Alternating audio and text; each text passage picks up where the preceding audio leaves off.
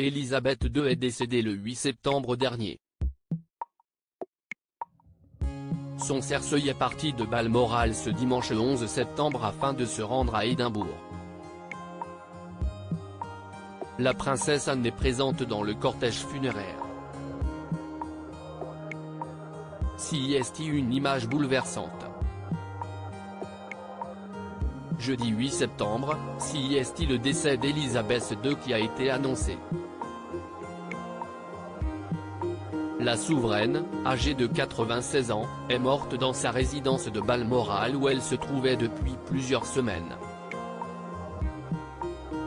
La reine est décédée paisiblement à Balmoral cet après-midi. Le roi et la reine consort resteront à Balmoral ce soir et reviendront à Londres demain, a-t-on pu lire dans un communiqué publié par Buckingham Palace. Ce dimanche 11 septembre, le cercueil d'Élisabeth II a quitté Balmoral pour se rendre à Édimbourg. Un trajet de 300 km puisque le cortège funéraire fait d'abord le tour de l'Écosse afin que les Britanniques puissent rendre un dernier hommage à la souveraine. Selon les informations publiées par Mark Stewart sur Twitter, la princesse Anne se trouve dans une des voitures qui accompagnent le cercueil. Elle peut compter sur le soutien de son époux l'amiral Sir Tim Lawrence, qui est présent à ses côtés. Une photo prise au travers de la vitre de sa voiture a été dévoilée et, sur celle-ci, on peut voir que la princesse Anne tente de rester forte mais son immense douleur est visible sur son visage. Ses yeux sont très rouges, ce qui laisse penser que ces derniers jours ont été très compliqués pour elle.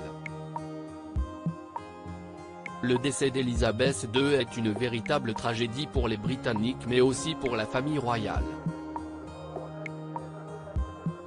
Après 70 ans de règne, la souveraine, qui avait fêté son jubilé de platine en juin dernier, laisse la place à son fils, l'ancien prince Charles et désormais le roi Charles III.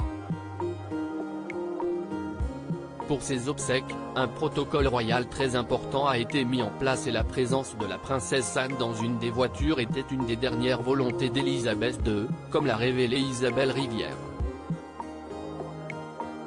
Il y a une grande complicité entre Anne et sa mère. Anne va avoir un rôle très important dans le déroulement de ses funérailles, a affirmé la biographe de la reine. De plus, la princesse royale va avoir un rôle de taille puisqu'elle va être omniprésente durant les prochains jours. Selon les informations d'Isabelle Rivière, elle va également accompagner le cercueil d'Élisabeth II et s'envoler avec le cortège pour Londres, ce mardi 13 septembre, avant que celui-ci soit exposé au Westminster Hall, du 14 septembre au 19 septembre, jour des funérailles. Un choix important puisque si leur relation a été très compliquée au début, Élisabeth II et sa fille se sont rapprochés au fil des années, comme l'a confirmé la biographie de la souveraine. Élisabeth II était extrêmement proche de sa fille. De sources sûres, je sais que la reine et son mari aimaient beaucoup passer des soirées tranquilles chez leur fille, a-t-elle expliqué. CIST donc en toute évidence que la reine d'Angleterre souhaitait que sa fille soit présente pour ce long trajet. Élisabeth II, quand auront lieu ses obsèques? Le monde entier s'apprête à faire ses adieux à Élisabeth II. 2 jours après l'annonce de sa mort, Buckingham Palace a annoncé la date de ses obsèques et celles-ci se dérouleront le lundi 19 septembre prochain, à partir de 11 h en Angleterre, en l'abbaye de Westminster.